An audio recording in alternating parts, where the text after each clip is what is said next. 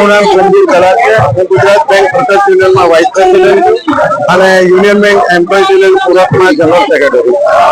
આજે અમે હડતાલ જે રાખી છે એમાં અમે 5 દિવસનું વીકમાં વર્કિંગ રાખ્યું છે.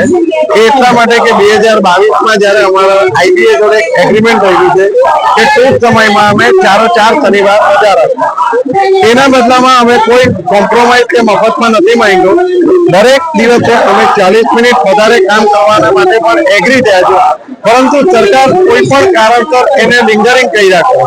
તમને ખબર હશે કે સેન્ટ્રલ ગવર્મેન્ટની બધી જ ઓફિસો બંધ હોય છે, નાબાર્ડ બંધ છે, એલઆઈસી 5 દિવસ બંધ છે, જનરલ ઇન્સ્યોરન્સ બંધ છે, ઇવન સેબી પણ બંધ છે, જેને માટે લોકો પાસે કોઈ પણ ઓલ્ટરનેટ વસ્તુ નથી.